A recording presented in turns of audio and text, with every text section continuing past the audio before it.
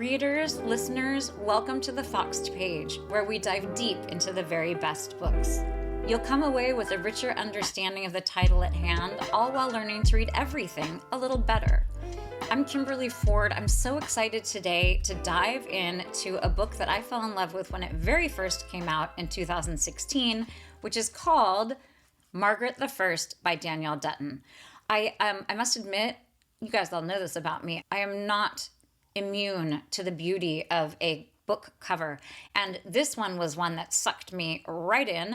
I picked it up on a table at Kepler's and did my test, which is to read the first sentence, and found myself so engaged and so anxious to get going on this book because the prose was unique. It was historical in a way that I love because it wasn't too heavy-handed. And it was just, it absolutely drew me in from the jump. So, Margaret the First was written by a woman named Danielle Dutton. So, Danielle Dutton's born in 1975 in Visalia, California, and went to UC Santa Cruz for her undergrad, where she studied history. She then got an MFA at the School of Art Institute in Chicago, which is a visual arts school, then went on to get a PhD at the University of Denver in English. I mention those aspects of her education because I think they're very important in terms of this slim book that came out of 10 years of writing on her part. So you have a historical bent. Certainly, Margaret the First is historical fiction. So you can see that from her undergrad days. But it's a very, very visual book. It's sort of this incredible accumulation of scenes. Those of you who are watching this on the YouTube channel can see that I am surrounded here by flora. And that is no mistake. I went out in my garden just now and just went completely bananas with the hydrangeas and the anemones and whatever this houseplant is here that is so beautiful. That's not from my garden, sadly.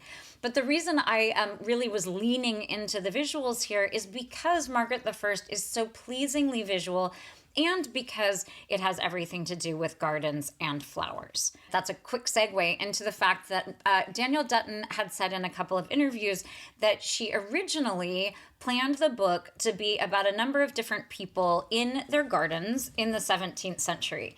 And that 17th century garden design, which is very intricate and very meaningful and has all sorts of signs and symbols within it, that was very interesting to Dutton. And it was going to be set in the year 1666, where there was some sort of it was going to be a murder. It was going to be sort of a mystery book.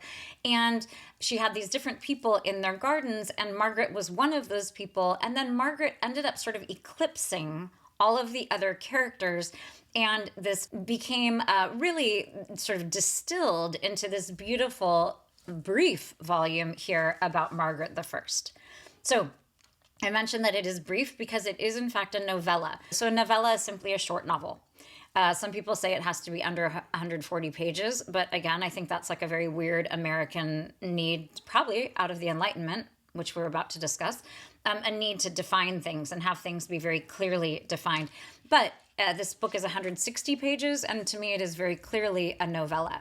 It's 160 pages, but there is a lot of white space on these pages. I mean, those of you, again, on the YouTube, you can see that there's a lot of space breaks. The font, like the lines are kind of far apart. I don't know what you call that. But it's a book that you can read very quickly, and yet it is long enough to make you really feel like you have been transported into a different era and into a different time. And in fact, not only is it a historical fiction novella, but it transports us to all sorts of different places. We begin in Colchester, England. We move to Oxford. We move to Paris. We move to Antwerp. Then we come back to London. So it covers a lot of territory, and it covers the entire lifespan of Margaret the First. And yet you have this very slim, very sort of dreamy, very flora-focused book that is just an absolute delight. So I want to talk briefly about who Margaret the First was. This is a historical fiction novel, but it also is very clearly built upon the life of a woman named Margaret Cavendish. So she was born Margaret Lucas and was born to a wealthy family. I think her dad was like a lord or a baron or a marquis, something like that. And she grew up with a fair amount of privilege, but she also happened to grow up right during the time of the English Civil Wars. So the English Civil War, or Civil Wars, was from sort of 1640 to 1650-ish. Wasn't quite 10 years long. I did not even know that England had a civil war.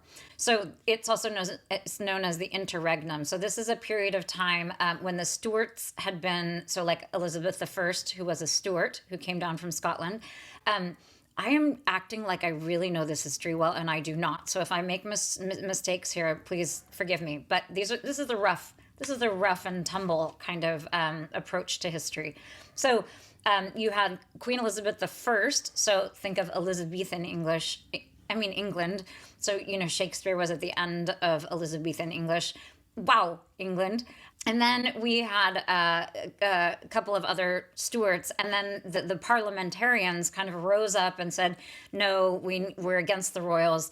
And Margaret was very much aligned with the royals, in part because her father was part of, the sort of gentry, part of the royal structure, because he was, given his title by the king. But, and then she goes on to marry Mr. Cavendish, which I cannot remember his name, William, maybe? I love it that I don't know his name, because he's he's very important, and he's very supportive of Margaret, and he's really, actually, in lots of ways, just a delightful character. But he is entirely secondary to Margaret herself. Margaret's name I can remember. Mr. Cavendish, or Lord Cavendish, not so much. So, quick agenda for anyone who likes agendas and wants to know where we're headed. We're going to talk a little bit in the beginning about the title and about Dutton herself and about Margaret Cavendish and who she was. Then we're going to take a look at the opening pages, at the dedication and at the epigraph, and at there's sort of two beginnings, I would argue, to the book, and we're going to take a fairly close look at those. Then we're going to talk about history and the absolutely deft way that Dutton interweaves history into this really incredible prose that's light and engaging and so interesting. We're going to talk about the structure of the novella. We're then going to talk about depiction of maternity. We're going to talk about professional ambition. And then we're going to talk about the close of the novel.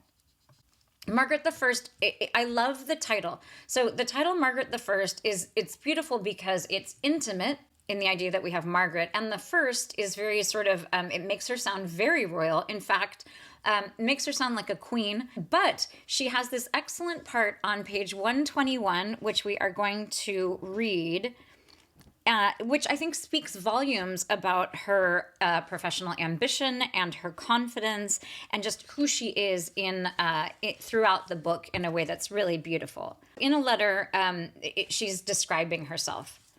As ambitious as any of my sex was, is, or can be, which makes that though I cannot be Henry V or Charles II, yet I endeavor to be Margaret I.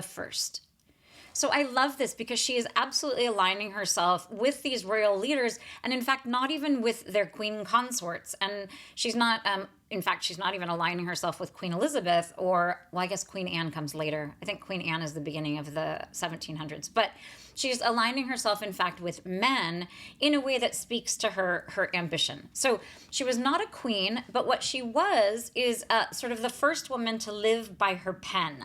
That is one way that she is described. So she is someone who made a living writing, which was very difficult to do. Did she make a living writing? She made a very important reputation for herself. She actually had quite a bit of money, and I don't know how much, there's not a lot about the commercialization of her work, but there is a lot about the publication and the circulation of her work. She actually wrote so many different things. She began with something called Poems and Fancies, which was sort of something that she had learned when she was in court. She was part of the court in Oxford and part of the court in Paris. She lived in the Louvre. She had this incredibly adventuresome life. Mostly, a huge chunk of it was in exile, because during that civil war, when the parliamentarians rose up, a lot of the royalists fled. And in fact, a lot of her family was slaughtered at that time. So we have this woman, Margaret, who from the beginning of the book is a writer. She sees herself as a writer. She's kind of writing her way into the world. She's also someone who has lots and lots of fantasies and lots of sort of whimsical things that are happening in her head. And all of that makes itself, it makes its way into her writing, whether it's her early work, which is her poems and fancies, which is kind of more what you might expect of a royal lady of that time.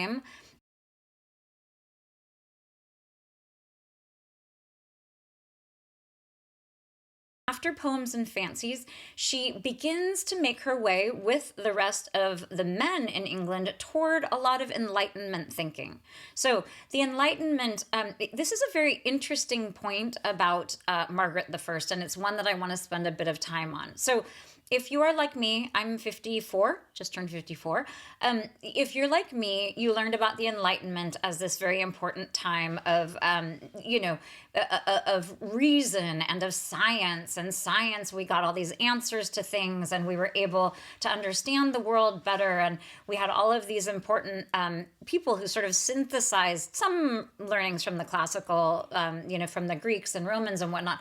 But a lot of it was sort of new thinking, and we had a lot of emphasis on, microscopes and telescopes and the scientific method. And so science was really sort of being separated from magic and was really coming into its own.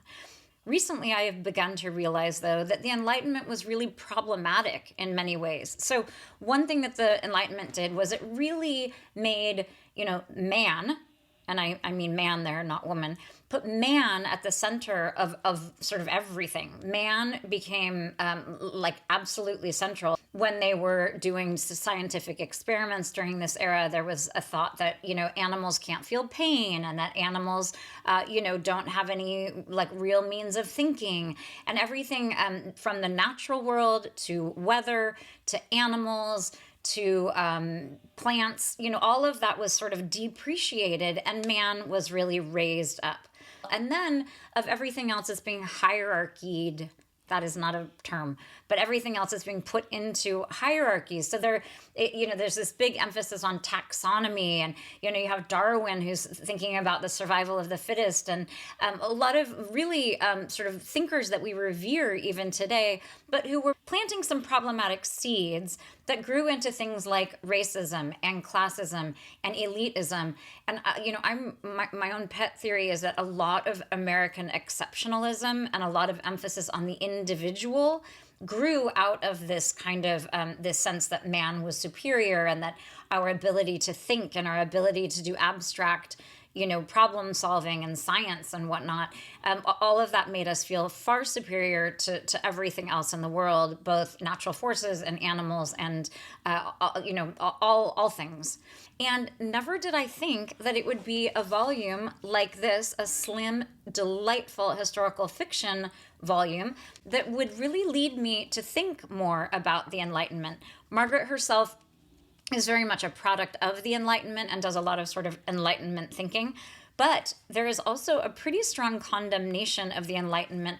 Partially, Margaret is always thinking that, in fact, these poodles who are being, slaughtered in front of them in sort of the name of science, that they can in fact feel pain, or that when certain birds are being deprived of oxygen to prove that oxygen, is important, that in fact that swallow, the bird under the glass dome, is in fact suffering. So you have some sense of her as bridling a bit at some of the Enlightenment thinking.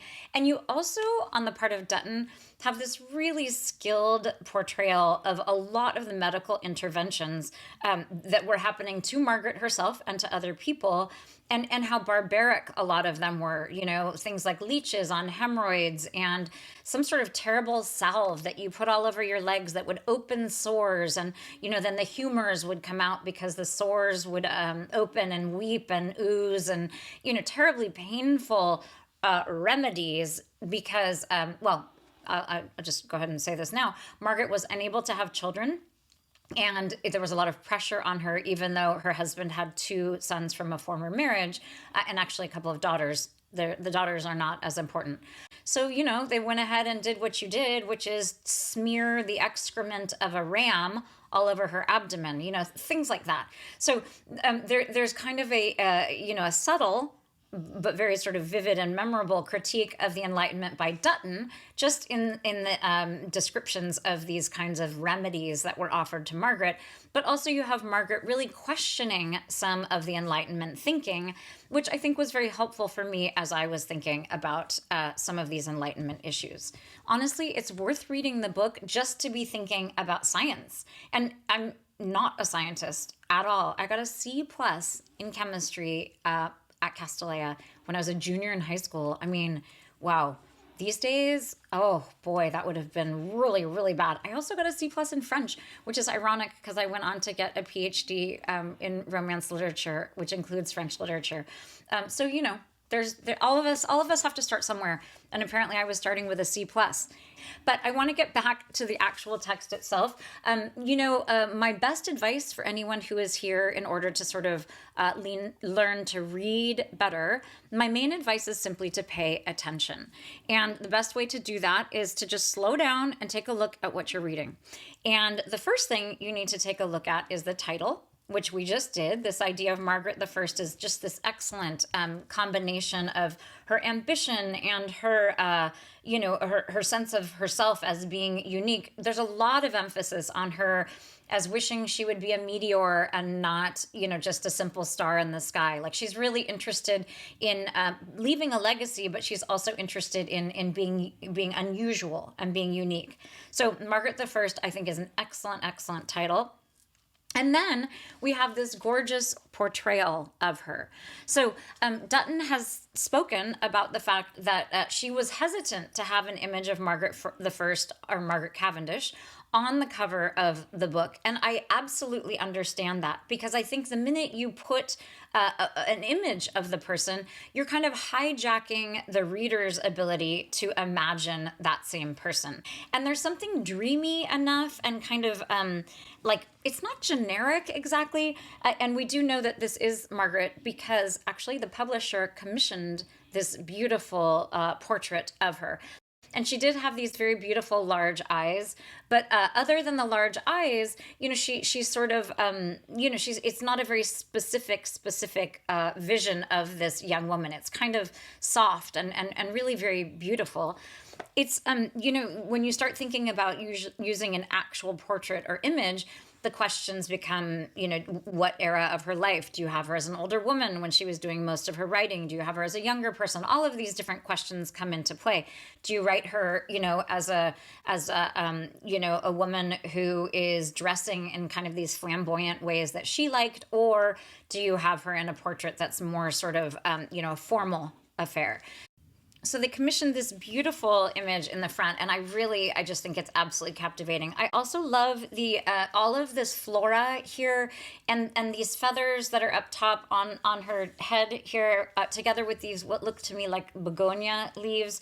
And you have this kind of it's like kind of a wild type of, if you look more closely at these flowers and at the petals, they don't look exactly tropical, but they're kind of meaty and kind of interesting in a way that is really an introduction to the unique and interesting way that Danielle Dutton is going to include detail. So a lot of the detail is very surprising in the book. She's not just talking about hydrangeas, which is what I've got here surrounding myself, and anemones. She's talking about these very unusual flowers and unusual plants and unusual moths and butterflies and whatnot, in a way that really makes you feel very present. Even if you can't quite picture the word, you can't quite picture the flower, the name is so evocative and so interesting and kind of haunting that I think it's actually more effective she's sprinkling these in with more identifiable flora. But it's really, I love the way that this cover, we also have the stars on the face and some little stars that are kind of all around her. There's a magical kind of drifty, whimsical feel here that's really grounded beautifully by this very dark background. Okay, so then we're going to dive into the book. We talked about the title. We talked about the dedicated to Dutton's son. His name is Elijah. She is married to someone named Martin, I think. And together, the two of them actually have a publishing house that focuses mainly on women's writing, which is awesome. Dutton does not believe in like women's writing as like a category and doesn't believe that there's such a thing as like feminine writing or writing for women. But she really liked the idea of giving women, a chance to submit to a place where they maybe felt a little bit more like their chances of being published were higher. Okay. And then we have this epigraph at the beginning of the book. Art itself is, for the most part, irregular. So this is a phrase from Margaret Cavendish. I have to say, I love an epigraph, and this one, it left me just like a tiny bit cold. Like I just was kind of like, okay. I mean, it's interesting. I'm not sure that it becomes sort of a guiding principle for the whole entire work, which is, I like that. I like when the epigraph can sort of be sort of suffusing everything that comes after. I will say that Margaret herself is irregular, in the sense that she is not afraid to, bust out her own fashions. At one point, she goes to the opera. In fact, it's a play that her husband is going to put on, and she goes in this kind of Amazon dress that is, in fact, baring her breasts. So she's going with bared breasts to the opera, and at one point, she's wearing these black stars on her face. She's not afraid to take a lot of fashion risks. So this idea of irregularity in art it is actually very germane, and it can be seen to sort of color the whole thing, but it wasn't quite as much of an epigraph as I like to dig into. So now we get to the shape of the novel. So the shape of the novel is very important. We have a prologue, and then we have a couple of sections that are told from the first person, and then we have a shift that moves us toward the third person. Then we have a shift to the third person that we have in sort of the last 1/3 of the novella, and then we have an epilogue. So this prologue is in the third person. I think I mentioned that.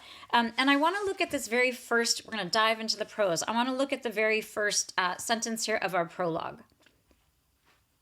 The woman had 8 children. The first, called Tom, in 1603, the final year of Queen Elizabeth's reign. It was 5 daughters and 3 sons, and she dressed them richly but simply and cleanly to ward off sharkly habits. I love this opening. So it's beginning with the idea of the woman. So this is not Margaret. This is in fact Margaret's mother. And Margaret's mother, it turns out, you don't find this out in the book, but you find out that she was very beautiful, and you don't know a lot beyond that. But it turns out she was a very skilled negotiator, and that she raised these children by herself, and she was very good at sort of wheeling and dealing where land was concerned and at running her household. So I love the idea of Margaret, who left home at about 16 to go join the court at Oxford, that Margaret was very, she had a role model in her mother who was very formative in terms of feeling independent and competent and strong as a woman without necessarily having a man. A little bit further down, we're now talking about Margaret. Her girlhood heroes were Shakespeare, Ovid, Caesar. She wrote them in beside thinking rocks and humming shoes and her favorite sister, Catherine, who starred in all but 5 of her books. So this is such a strong beginning, because not only do you have the first reference to Queen Elizabeth, which is a very large reference. I mean, Queen Elizabeth was a hugely imposing and hugely successful, in many ways, successful ruler in England, someone who did not marry, did not have children, really someone who was very strong. And then the next people that we are naming, who are large historical figures, are Shakespeare and Ovid and Caesar. So I love this idea right from the start of introducing Margaret as the youngest of all the children in her family, really a very young girl, but aligning her right away with these enormous, luminaries from this era. Elizabeth I, Shakespeare, Ovid, Caesar, we're even going back into classical times when we're really sort of the root of a lot of Western thinking. So we have this, she's in very good company here, which I really love from the start. But we also have her, she's incorporating Shakespeare and Caesar and Ovid into thinking rocks. and humming shoes. So already we're seeing a little bit of a breakdown of this Enlightenment thinking. It's not that rocks are inert. In fact, rocks can think. And her shoes can hum, and there's this emphasis on all of her sartorial stuff at the beginning, all of her clothing and her shoes, and this emphasis on aesthetics and looking a certain way, and the importance of beauty, and of taking the time to admire natural beauty and also to sort of adorn yourself. We're gonna move on to the next part, which it's funny, I feel like the book almost has a sort of a second beginning, because we have this beginning part where we're introduced to the idea of Margaret. And importantly, at the end of that section, Samuel Pepys, who's a very important thinker at the time, at this point he was, the one of the presidents of the Royal Society, which was a big science group who met, like a kind of a salon of scientists. And the end of that first part, in fact, shows Samuel Pepys waiting to spy Margaret because she was such a sensation. So you have this idea of Margaret as being, as a child, of being very bright and sort of worldly, and then as an adult being sort of sought after by men who are important, like Samuel Pepys. So we have this kind of whole span of her life in that very, that sort of 2-page prologue. And then we are in this section that begins on page 7 here. It's called Colchester to Oxford, 1623 to 1644. We now have Margaret beginning to tell the story in her first-person voice. Leaving London, the busy road before us morphs to gorse and broom, sheep in grass, cottagers spinning and weaving, till Colchester looms at last, its Norman castle high above the crumbling Roman wall, and houses scattered down to the river Colne, the port of the Hythe, the town a full mile side to side. So I love this. It is, we know it is a first-person narrator because she says us, so the busy road before us, but it's this really deft and really sort of flexible first-person narrator who you have a sense that the camera is pulled way, way back. We're looking at, we're looking at a road. We're looking at the grasses around. We're looking at the plants. We're looking at sheep. So you have this kind of anonymous sense of arriving into Colchester, which is in fact the place where she was born. So it almost feels like an omniscient narrator, but she has tipped us off with that little us at the beginning, the road before us. It's sort of, she's aligning herself with the reader, and the reader feels a bit of that intimacy, but we also have this real sense of kind of entering as if we don't know what's going on in a very sort of omniscient way, and we are moving closer and closer on this busy road toward Colchester, which in the beginning is our destination. Okay, Colchester. First Camulos, then Camulodunum, some even say it was Camelot, was famous for its eringoes, roots of sea holly dug up like fingers and candied pink or red. Then just outside the walls, the Lucas estate, St. John's Green, once the abbey of St. John the Baptist. My great-grandfather bought it in 1548 for £132. Dovecotes, farmland, a kitchen garden, cows. So this is such a beautiful introduction. We've got this folding in of this landscape that is around us. That's real, again, focus on the flora, which really allows us to sort of see what is around, even if we don't know what gorse looks like. It's just such an interesting word. Gorse and broom, sheep in grass. It reads very much, in fact, like a poem. And then we have this succession of names. Now it's Colchester, but in the beginning, it was Camulos. Then it was Camulodunum, presumably when the Romans were there, because that's a Latin word. And then it was Camelot. So in the beginning, it would have been a Norman town, and then it would have, from the Norman invasion, and then you would have had now in 1548, so, certainly before the Enlightenment and kind of at the very beginning of Queen Elizabeth's reign. And then we have her family kind of sliding in the same way that we saw Margaret together with Shakespeare and Ovid and Caesar in the beginning.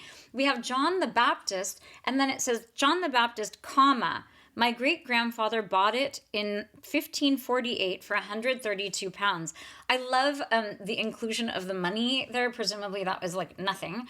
But this idea of St. John the Baptist my great grandfather, it makes it sound like she is, in fact, the great granddaughter of John the Baptist, which is not, in fact, the case. John the Baptist was one of the apostles, one of the disciples of Jesus. So you have, again, this really beautiful melding that we will see again and again in this really interesting and gorgeous way between Margaret's family, or Margaret herself, and these incredible figures from history. You also, it's a book where she's not too concerned. There's some dates here. We've got 1623 to 1644, and we know that her family bought the place in 1548. But we're not talking about, big important battle years, and we're not talking about very specific things that everybody needs to sort of try to remember. You have this idea that the history is very personal. The history that you need to know will be provided to you, and that history is going to be related in very important ways to Margaret. This is not just sort of random history. It's all going to be, in fact, very germane to our story. I also love this example here right from the beginning. It was that Colchester was famous for its eringos. I don't even know if that's how you say it. Roots of sea holly dug up like fingers and candied pink or red. So eringotes to me sounds like some sort of like rhizome. It sounds like some sort of science thing. But these are the roots of sea holly, which again, I don't know what that looks like. I imagine, you can sort of imagine a holly plant and some sort of ice plant that we have here in California. I have no idea what this stuff looks like. But eringos and these candied things that are bright pink and look like fingers, there's something, kind of eerie and a little crazy and absolutely unique and interesting that she is doing with this flora here that is just absolutely captivating to me. I love how it feels foreign enough that we are definitely, in a different time and in a different era and in a different place. And yet we have a sense just from candied fingers and the pink and the red of what these things might look like. I don't think I want to eat one. I don't want to eat something that looks like a finger and that came from sea holly, the roots of sea holly. But absolutely beautiful, beautiful prose. I want to pick out a few places where I just think we're always going to be taking a look at the prose as we move forward from these first pages, but I want to take a close look at the beautiful way in which she is incorporating history. And I really, I don't feel like I need to be learning a lot while I'm reading, but if I am learning, or if I'm sort of being reminded of history, or if I'm getting a slightly different perspective on history, I know that is always a huge bonus. We're going to go back to page 4 and take a look at this Samuel Pepys. So he is, again, he's someone we see at the very beginning of the book, and I love this. We see him also at the very end. So he's a very important thinker. He was one of the heads of the Royal Society, as I mentioned. So it's actually, this is a very flattering way to introduce us, and it sort of assures us that, in fact, Margaret is going to have a lot of difficulties, but she is going to have some success. So right at the beginning, the end of our prologue, we get this.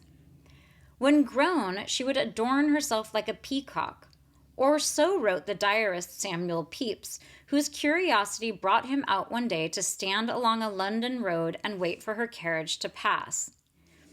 So then he's going to go on and talk. And his diary was extremely important and has been a very, very, it's sort of a touchstone for people wanting to look back and find out what was up in the 17th century, in the 1600s. So the fact that she was such, she was a part of his diary is extremely important. So this is more what he wrote about her. And it's just such a delicious way for us to put Margaret into a historical context. She was all that anyone talked about, as watched for as Queen Catherine herself, but a far more thrilling spectacle. Those black stars on her cheeks, the scandal at the theater, her hats. One anonymous satirist dubbed her Welbeck Abbey's illustrious whore. Others called her simply fantastical, an overgrown, spoilt girl. Her work, chaos. Her books, sad heaps of rubbish. Voluminous, some called her. Crack-brained, so extremely picturesque.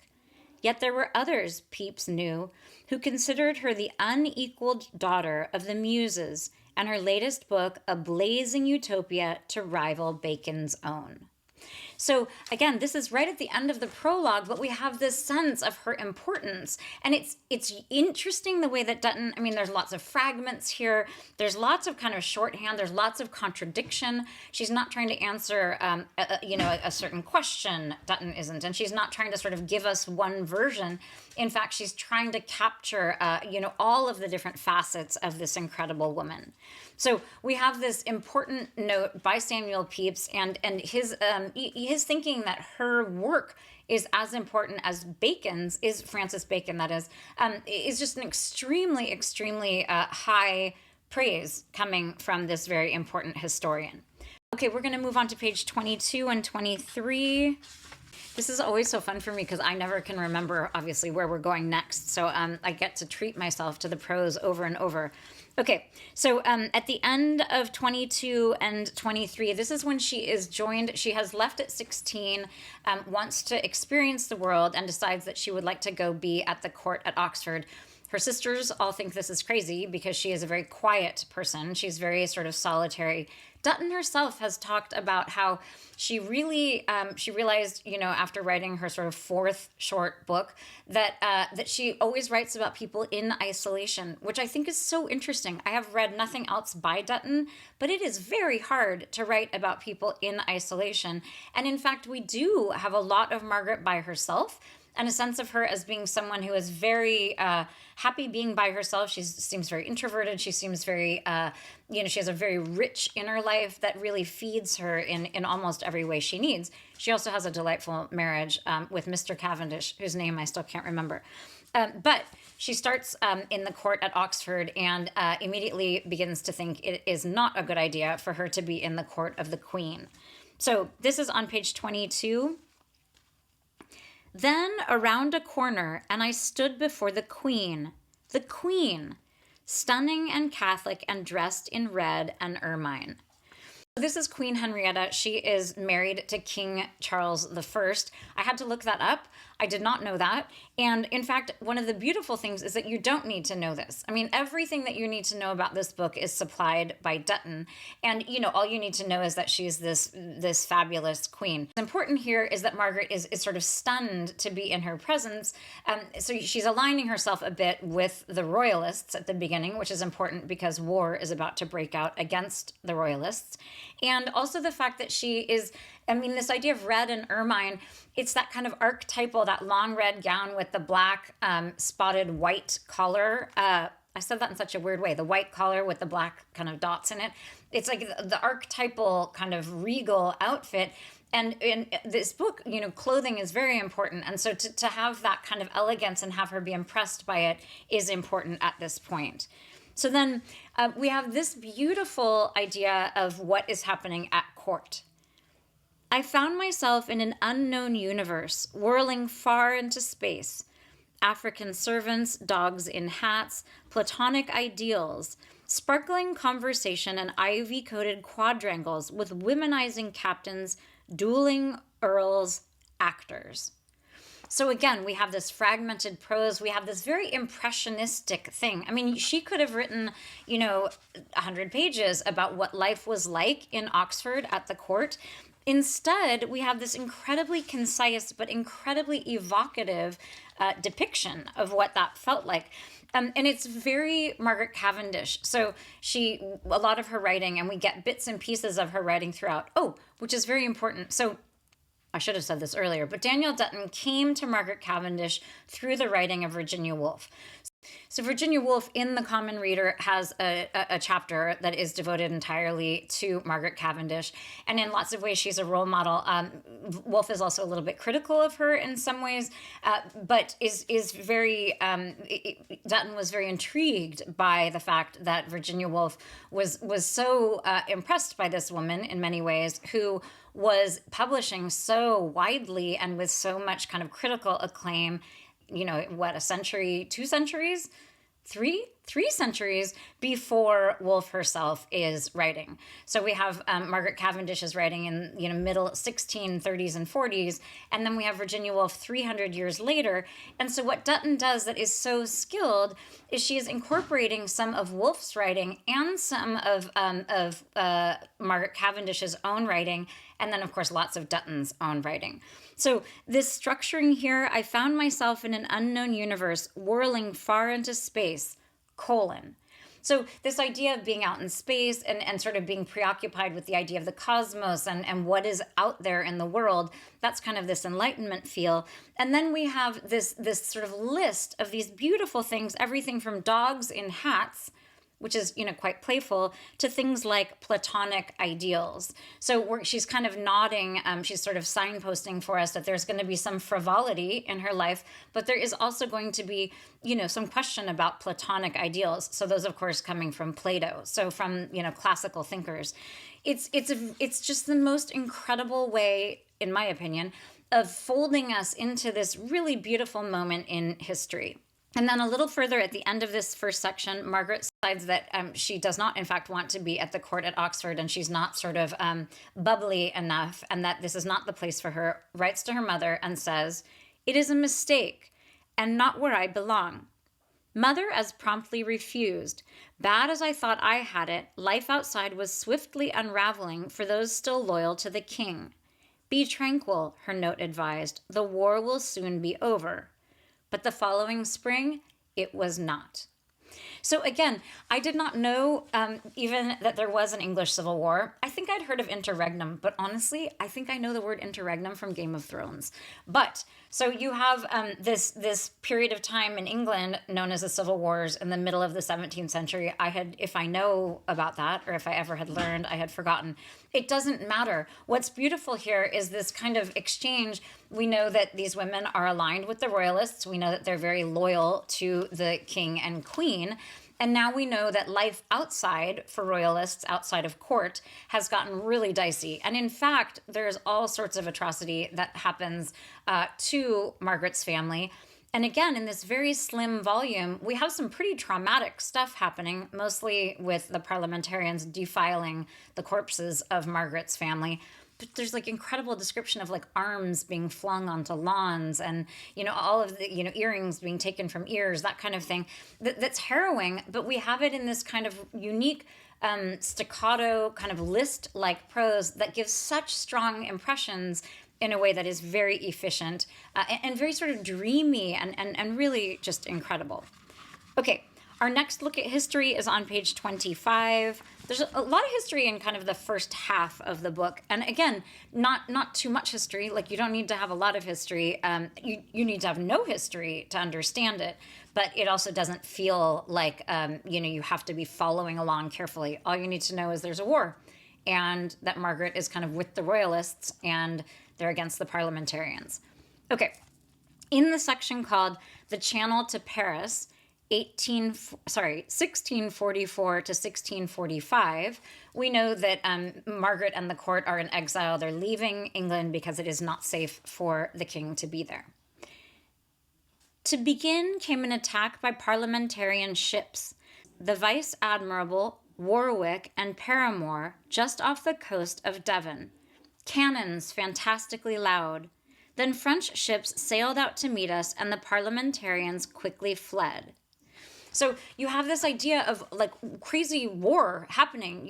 They're being attacked. She's under cannon fire and the parliamentarians are attacking them. And then the French come out and save them. So there's a lot of war happening, but it's not a long description. It's not a big historical intrigue about who was right and who was wrong. It's very kind of broadly sketched. And on some level, you have a sense that this is all that she would have known. Margaret knew that it wasn't safe to be a royalist outside, with the court. And they knew that the court needed to flee and they were being attacked and the French came and saved them. So it's this beautiful aligning of the reader together with Margaret.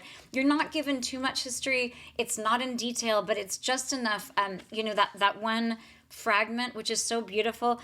Cannons fantastically loud, ! It's just beautifully done. And it captures that whole notion of the fear and the kind of fragmentary sense that she would have had about what is going on around her.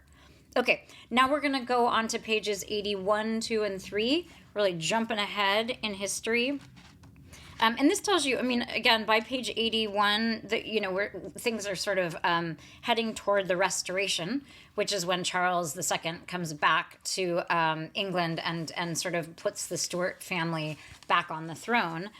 But we have, this sort of climax on page 81. It's been 60 pages since she was in the English court with the king and queen there, and then they fled in exile to France, and then now she is in Antwerp with her husband, and they are going to host the King Charles II.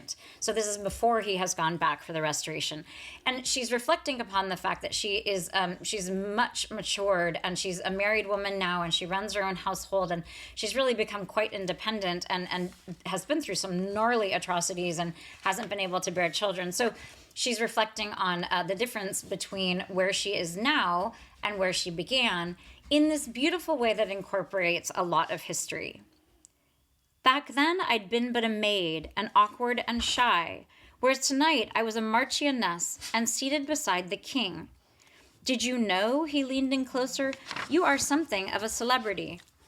Oh my gosh, wow. Those of you who are on the YouTube channel can see this one dog who always comes and visits me. She's the one who looks so old, but she's not old. Okay, girl, go. You are something of a celebrity in London. In truth, I'd heard as much. Still, I blushed as pink as the ham. I mean, this is a woman who is being told by the King of England that she is a celebrity in London. So this is someone who has certainly arrived, and she's arrived because of her intellectual prowess and because her writing is so excellent. It's so strong. So again, this weaving together of history and of what we are supposed to take away about Margaret is so deft. A little further down, at 2 a.m, we toasted the Commonwealth's downfall. And 7 months later, by God's blessing, Cromwell was dead. So, 7 months later, Cromwell, who is the head of the parliamentarians, he is dead, and the king is going to be able to return to London for what becomes the Restoration. Okay, so then right across on page 83, Cromwell was dead, I was at my desk. So you have this, I love this. So you have a very short kind of mini paragraph, and then you have these two sentences back to back. They're each an entire paragraph unto themselves. Cromwell was dead, I was at my desk. So it's, again, this incredible fusing together of history that I think we all know the name Cromwell. Although this is Oliver Cromwell, I'm not sure. I think there was a Cromwell also, that's Thomas Cromwell maybe, with the Tudors, because I read all of those Hilary Mantel books. Wow, are those good. We're going to have to dip into those, but that's a big dip, because those books are long, far from a novella. They're the opposite of a novella. But that was Thomas Cromwell, I think, and this here is Oliver Cromwell. So he was beheaded, actually, by the Royalists, which it's such an interesting thing to be reading this book and to be somewhat aligned with the Royalists, because my sympathies are always with, with the people, with the proletariat. But it's also hard to not be somewhat seduced by Margaret. And frankly, a little bit by Marie Antoinette. A little. I mean, I'm just going to say it.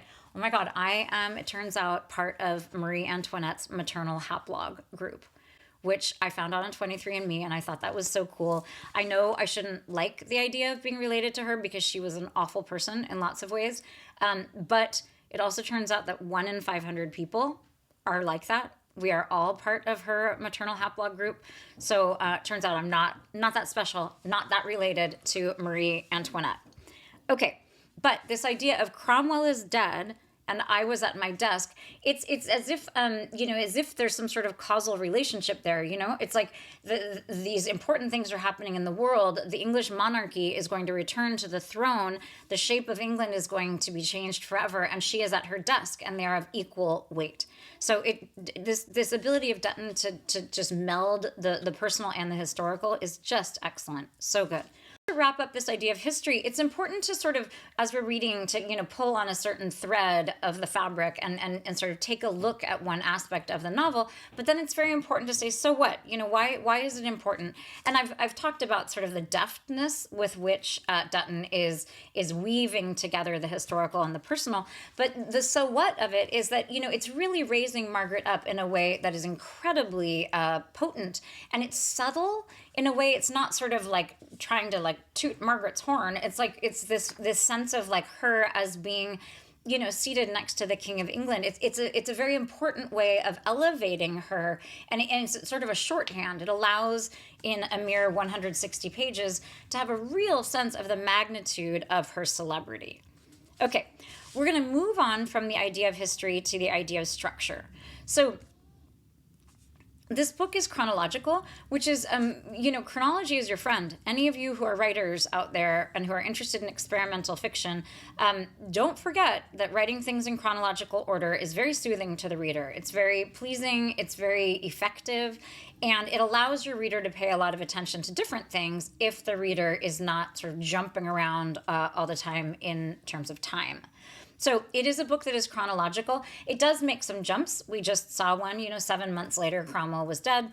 But generally speaking, there are dates, and we are moving in a chronological order from Margaret's birth all the way through her maturity. So it is 50 years, which is impressive. We're spanning 50 years over 160 pages. And it feels very rich. It feels like we have a very good sense of what her life is like when she's in Antwerp and she's living in the house of Rubens, one of the great masters. And we have a sense of what life was like at Oxford from that incredible brief, staccato paragraph. It's important to note that Dutton did write this book over the course of 10 years. And one of the things that happened is she began with the part that follows after the Restoration. So we have this third-person narrator who is in the prologue and the epilogue. And then at about page 90, we have a shift. So the first 90-ish pages, except for the prologue, are in the first person. They are told from Margaret's point of view. I did this, I did that, the road before us, all of that is first person. But on page 90, we have a very important shift, and we move to the third person. Interestingly, I have heard from readers who were listening to this book on Audible. A lot of people really love the Audible narrator because she is British, and I liked her. I found the voice, it's like a little tiny bit high, so it made me feel like it was a little fussier. Like I sort of imagined our narrator, our Margaret narrator, would have like a little more sort of lower commanding voice, but it's really, really well done. But people said that after, I haven't listened to the entire thing, I've only listened to the first, sort of half. But after page 90, some people were saying that they felt a real shift in terms of the verbal, the like vocal narrator. And I wonder if part of that is because it is in the third person. And I think the vocal narrator starts doing the different people's voices. And it is interesting because one of the things that happens when we have that tense shift is that Margaret, the sort of vision that we have of Margaret, because we are distanced from her by dint of this third person narrator, it's sort of like a gap opens and we feel a little bit further from her. She actually ends up feeling like a tiny bit whiny and a little bit attention seeking in ways that she does not in the beginning of the novel. I have a theory about this, which is that Dutton has said in interviews that she began with this section first. So she wrote the book over the course of 10 years, and starting on 91, that is the very first part that she wrote. So part of my sense is that in the beginning, Margaret, who was one of many people in their gardens in the early 1600s, that she was a little distanced from Dutton. Dutton didn't know her quite as well. She had not yet eclipsed everyone else who was in their gardens. But we have this sense of her as being somebody that is slightly less sympathetic. And part of that is because I think Dutton, kind of my fantasy is that Dutton got to know her more and more, and she came more to life and became, in the process, more sympathetic. So when we move back to this very first vision of Dutton's of Margaret, we have a little more distance, and she's just a little whinier and a little bit more, sort of attention seeking and not quite insecure, but sort of pushy in a way that sounds fine. I mean, it's good for an artist to be pushy, but it also ends up feeling not quite as sympathetic as the first 90 pages of the book. So on page 91, we have this. It came as a shock after a brutal crossing in which she hit her head in a storm and swore she'd seen a bear at the helm of the ship. Margaret expected to find her husband at his London residence, Newcastle House, in fashionable Clerkenwell. Yet there she stood in Bow Street in a rented house again. I cannot call it unhandsome, she said when asked if she liked her new room. Where was she meant to keep her gowns? It hadn't even a mirror. William's steward came to tell her that her crates could not be found. So I guess his name is William. I think I said that before. I think I guessed that it was William. Good guess. Good guess. That's also literally the name of my husband and my eldest son. But, who's counting? But we have this idea here of her as, kind of whining and being like let down by the room, which is, she's seeming a little snobby in a way that she has not really seemed until now, even though she's, like this fancy, like lady and marchioness or however you say that. So, and this idea of like, where was she meant to keep her gowns? It hadn't even a mirror. I mean, her gowns are very important to her, and her physical appearance was very important to her as almost an artistic expression. So both of those make sense, but there is something slightly whiny about this. But then we come to the real crisis, which is that her crates could not be found. So we have these kind of visions of her as being slightly more, demanding or snobby or whatever it is. And then we are reminded, in fact, that she is this real kind of critical heavyweight, meaning critical writer heavyweight. That's really, I think, a very good balance to some of this kind of whininess. So again, it's good to ask the question, so what? So there's a structure where we have first person and third person, and we have a prologue and an epilogue, and then we have these chunks that are sort of set apart by the places that she was going and the years where she was, in these different places. So it's important to say, so what? Like, why does any of that matter? I think it's actually very important that we do have these places and these years marked, because it allows us to span 50 years of her life. She lived for 50 years, and so much happens. She's in exile in France, and then she's in Belgium, and then she's back in England, and there's an entire civil war, and she writes all of these books, and the Royal Society is established, and she goes to the plays, and a lot is happening in the course of 160 pages.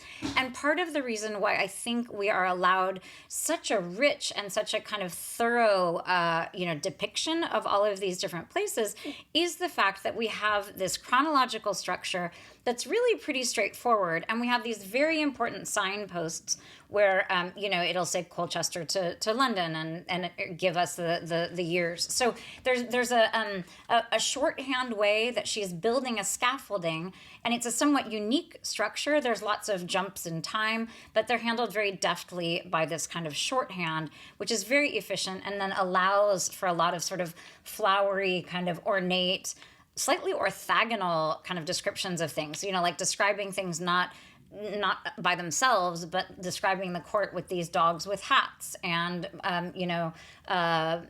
Platonic ideals. Wow, that I really had to work to remember that. But, it allows for this kind of staccato thing and for some sort of sketchy descriptions of things, because, in fact, we have this excellent scaffolding on which to structure the novel. Okay, I want to move on to depictions of maternity. It's interesting to me at the very, very beginning in the prologue, remember, we have the woman had 8 children. So this idea of beginning with a woman who is a mother is very significant. So we're beginning with the woman, which is perfectly, like, that makes so much sense to me, because this is a book that is very much about the strength and independence of women. But the idea of the woman as a mother, kicking us off here with a mother, is, I think it asks us to focus on maternity, at least to a certain degree. And, we don't know this necessarily from the book, although you get a sense of it a little bit. Her mother, to survive all of those gnarly things that were happening during the Civil War and the loss of children, and to maintain her households and her wheeling, dealing in land and whatnot. This is a very strong mother indeed. But we also know that Margaret herself wanted to be a mother, and that she was not able to have children. Of course, we have no idea. Her husband was 20 years older than William. Now I know his name. William was 20 years older than she was, so who knows, what was happening. So we're going to take a look at this depiction of maternity on page 43. 2 years of marriage passed, and still I was not pregnant. Remedies were prescribed, everything from more rest to excrement of a virile ram rubbed across my belly. Did I tell you? That was a little bit unforgettable. My memory is so bad, but I didn't remember it was a virile ram. That's probably important. A little further down, a French doctor insisted that William need only lift my spirits, for a woman cannot get pregnant if she is always sad. I had taken to regular vomits, refused to come out of mourning, refused the doctor's tinctures, which gave me terrible gas. Yes, I was often quiet, as the doctor had observed, but my husband chose not to worry. That summer, I turned 24. I mean, God, this prose, there is so much happening here that is so delicious. So this is the beginning, we have a big space break. It's the beginning of a chapter that is making this announcement, 2 years of marriage and I was not pregnant. And then we have this kind of medieval, not actually medieval, more like Enlightenment era, remedy of the ram excrement. And then this idea that she needs to, it's somehow on her, to get pregnant, and that she needs to lift her spirits. But what's so beautiful is the way that William, her husband, is not worried. And he knows from the beginning, even at court, she does not, back at court where he met her in Paris, she was not kind of belle of the ball. In fact, everybody was a little bit like, why is William Cavendish wanting to be, with her? That kind of vibe, which is not great. But he seems to see something in her that he values and thinks of her as an important thinker, and he really encourages her books and her writing.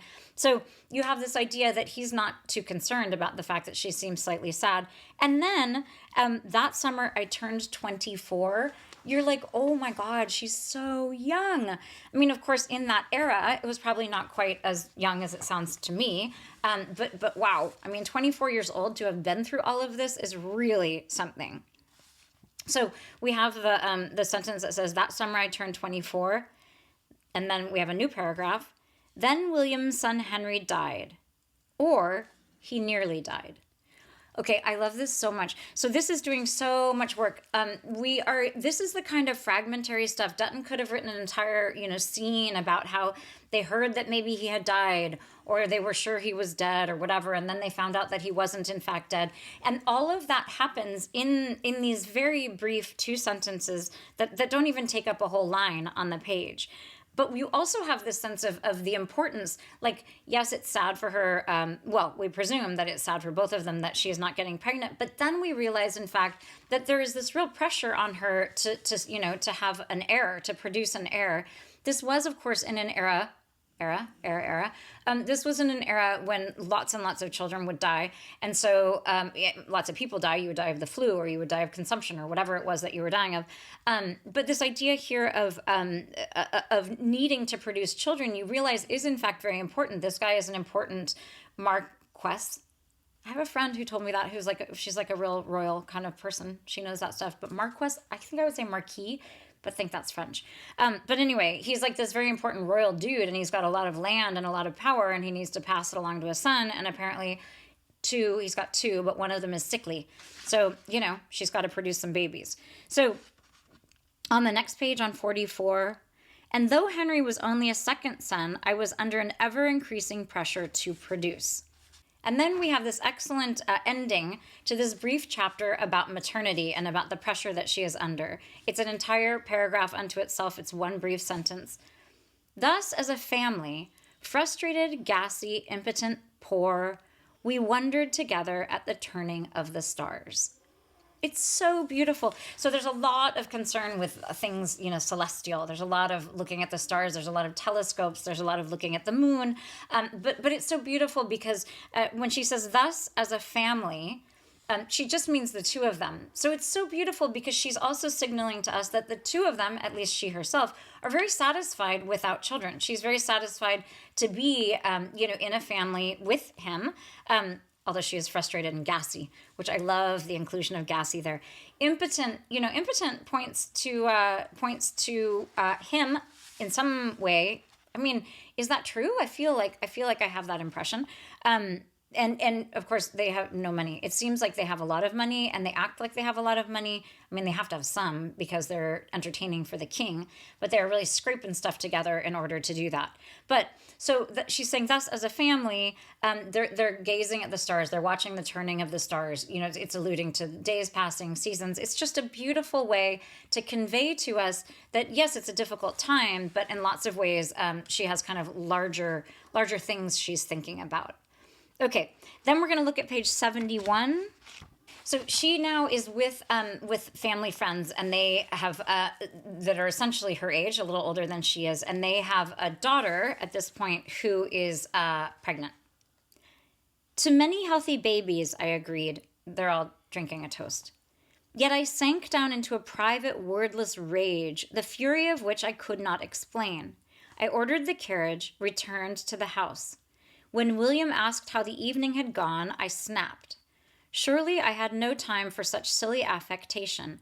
Only my work and my sick husband mattered.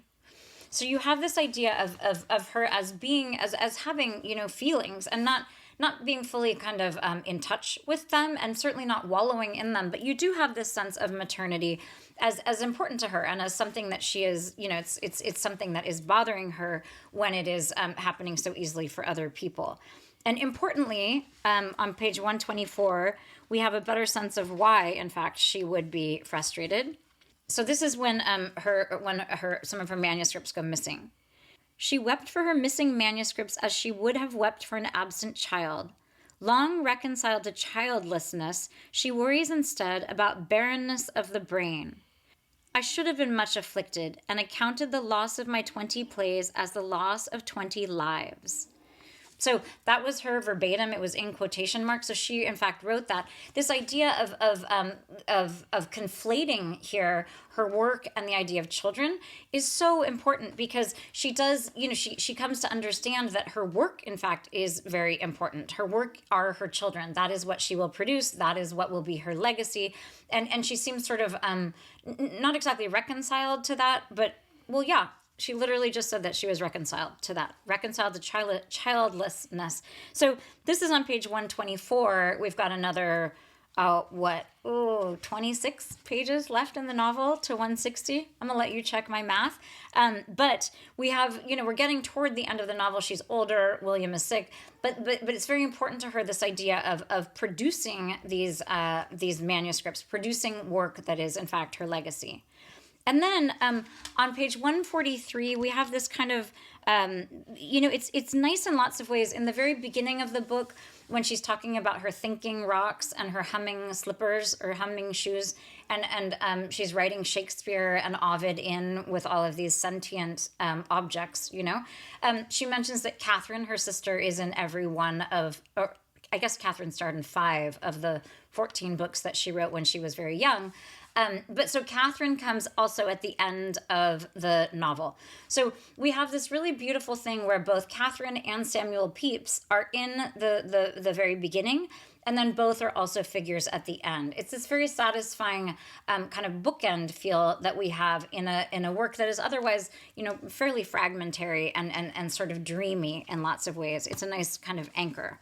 So on page 143, she's visiting her sister Catherine. And, she spent so many long years in exile, and, her 2 of her brothers, one was crushed by his horse in Ireland, and the other one was was slaughtered by parliamentarians. So she's had a lot of loss, and one of her sisters died, and then her mother died, and a niece died. So she's had a lot of loss in her family. It's very important for her to be back with her sister Catherine. And in fact, she remarks that her sister Catherine looks very much like their mother. How pleasant is the glow of Catherine's little room. How nice this is, Margaret says, and takes a bite of cake. Then all at once her sister's grandchildren arrive. How simple, how sweet it is. This is the Duchess of Newcastle, Catherine says. The children stare at her with bright, round eyes. Margaret shifts in the chair. My hat is too tall, she thinks. I love this so much. This is the kind of oblique, kind of strange writing that Dutton does, where you know what's happening here. I mean, it's simple, it's sweet when she sees these grandchildren of her sisters, and she can't really let herself feel that. At least this is my interpretation of it. I mean, this is the beauty of literature. Everyone can project their own thoughts and their own emotions and their own experience onto this text. But the idea of being confronted with the beautiful sort of matrilineal idea here of these grandchildren coming in and sort of reflecting on all she's lost, she immediately goes to this idea of her hat being too large. Her hat is too tall. This idea of her hat as being too tall, that's an area where she normally feels very competent. She's very sort of proud and very courageous when it comes to all of her sartorial choices, all of her her clothing and her hats. But I also love too this idea, there is kind of a phallic thing happening here, the idea of a very tall hat. So you have this idea of her as being having, first of all, like too big a head because she's so bright and she's really like dedicated a lot of her life to her brain. But also this idea of a too tall hat really gets slightly phallic for us in a way that I think is just incredibly well done. But what's most important here, at least to me, is that the sort of depiction of maternity throughout the book, it's subtle. We're definitely not being hit over the head with it, but it allows us to look at a bunch of different things. One is the strength of Margaret's mother, and just sort of the reality of life with 8 children in that era, even if you were, in fact, someone who had lots of land and privilege and money. And then we have the idea of some of these medical interventions that are really important in the book because they are signaling the presence of the Enlightenment, but they're also just sort of barbaric and crazy. So you have this sense, maternity, the idea of maternity is allowing us a glimpse of all of that. It also shows us this really beautiful bond that Catherine and William have. That Margaret and William have together. This important way that he supports her and he loves her and he values her, even though she is not, in fact, providing him with more heirs. And then you have this very important idea of books being a substitute for children and her legacy. I mean, you can argue Margaret Cavendish is still very much in print. In fact, she has so many different versions of The Blazing World, which is the book that she's kind of most famous for. It's this kind of fantastical, amazing, I haven't read all of it, but I've read pieces of it. Just this fanciful, amazing thing that actually has a lot of science in it and a lot of sort of, big important questions about the world and the universe and heat and cold and all of these different elements. But that has never been, I'm sure it was out of print at some points, but it is in print and there are lots of different ways that you can read it. So in some ways, this idea of her children as or a legacy of literature is somewhat more compelling than Catherine. I don't even know Catherine's last name. Certainly don't know who her children are. But again, and then I love this idea of giving Dutton this ability to throw in a little phallic symbol for us there with the hat. Okay. So that is our discussion of maternity. It's actually a very good segue into this idea of professional ambition. So I would argue, it was so funny when I was thinking this through, I was like, well, if she had been saddled with like 6 different children, she might not have been able to write quite as well. And I realized that was totally me projecting, because I think if you are a woman, if you're a lady of her stature, you would have lots and lots of people helping you raise your 6 children. And you, in fact, would have plenty of time to do some writing. I'm not sure you would do as much writing. I would imagine that even a woman in, 1640, when she would be having children, would be very worried about her children and that a lot of her sort of psychic brain space would be taken up by her children. But then I realized probably the more important thing is that she probably would have died, or at least the pregnancies would have been really gnarly. Like she would have been pregnant, 12 times or something. And she would have been so, I don't know if she would have been sick or not, but she would have been so kind of hijacked by maternity, just by the fatigue or the physical toll of having a lot of babies or whatever it is. So one way or another, I think that for the writer, who is Margaret Cavendish, it was probably better not to have lots of children, or maybe even one baby could have been the end of her. But we do have this idea of maternity, which is so skillfully and subtly woven throughout the book, is equally balanced, if not kind of overshadowed, by a lot of Margaret's ambition. And it's a very clear sort of professional ambition. So we're going to look at page 69. This is when she has first written one of her more important books. This is not Poems and Fancies. I think this was the one about philosophy or physical philosophies. And this is about the reception of the book. It's not sort of taken up right away, and she is really wanting it to be very much in the limelight and is impatient for that. So she says, we're still in the first person part of the book. Some readers were cross a lady had published at all. Others that she had written of vacuums and war rather than poems of love. William ignored the talk. So I love this because he, again, we have this idea of William as being, supportive of her. And then down a little further, she sees that there's a letter from someone named Huygens, and she says this, "What's this?" I managed to say. Here was a letter from Huygens, who mattered. Huygens, who'd read my book. I could hardly hear the rest as William read aloud, something, something, something, vibrating strings, my book.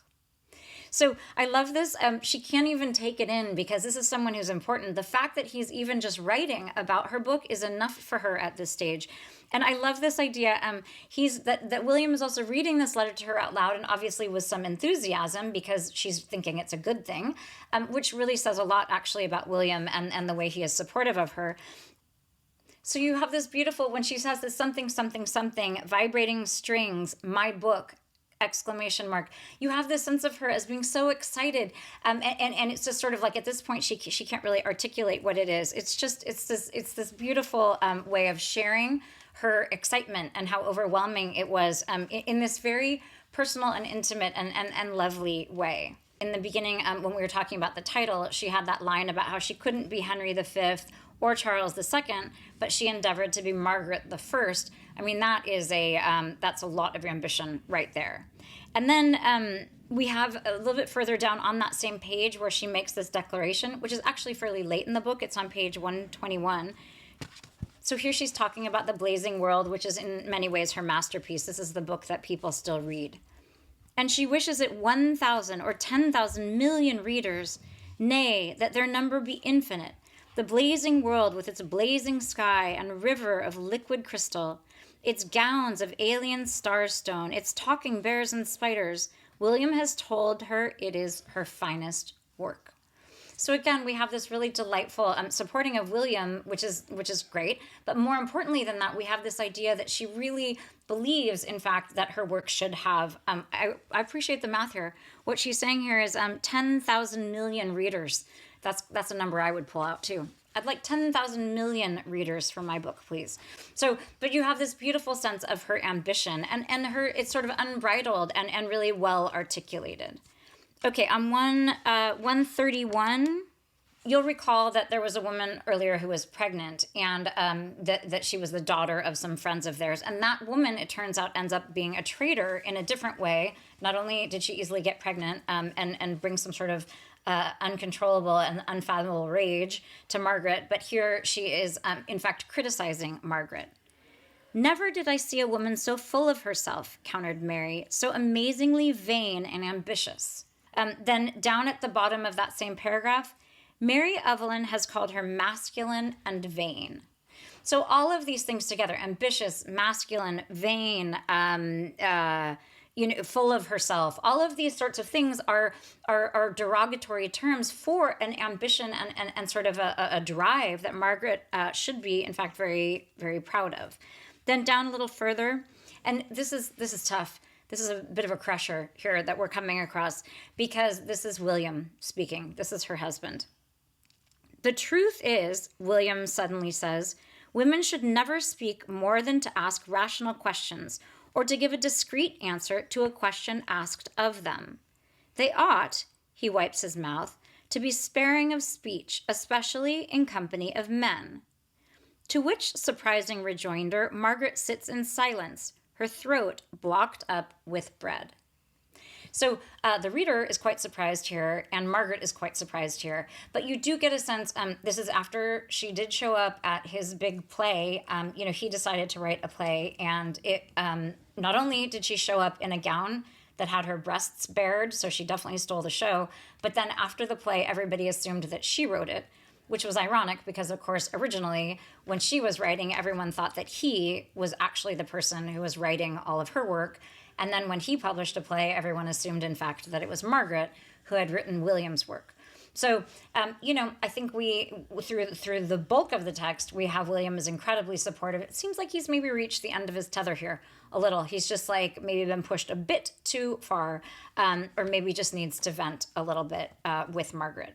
So a few readers were noticing that when the narration shifted to the third person, that Margaret seems just a little bit less likable, a little less sympathetic.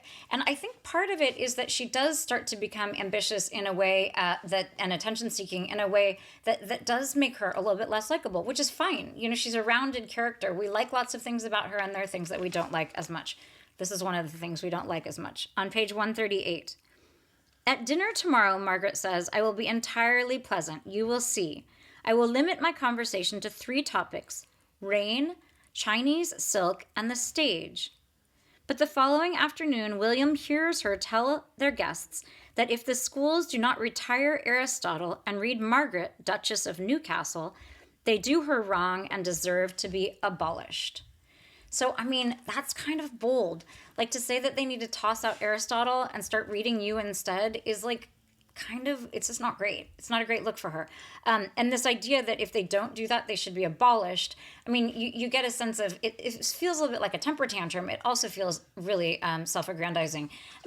I don't know enough about her scientific stuff and Aristotle's, but, it seems tricky. Seems hard to think that you should throw out Aristotle and get Duchess of Newcastle in instead. Okay, 146. So this discussion of her ambition, it sort of cuts both ways. At some point, it becomes difficult for her and for William, and even as the reader, sometimes you're like, wait, really, Aristotle? Okay. Here on page 146. We're at dinner, and she really wants to hear about her book. And early on, a very important, it's George Berkeley, actually, who's a very important philosopher. And he says, we were talking about your book last night at the Royal Society. That was me paraphrasing. That's not exactly what Berkeley said. And then the conversation moves on to something else, and she keeps trying to bring it back to her book.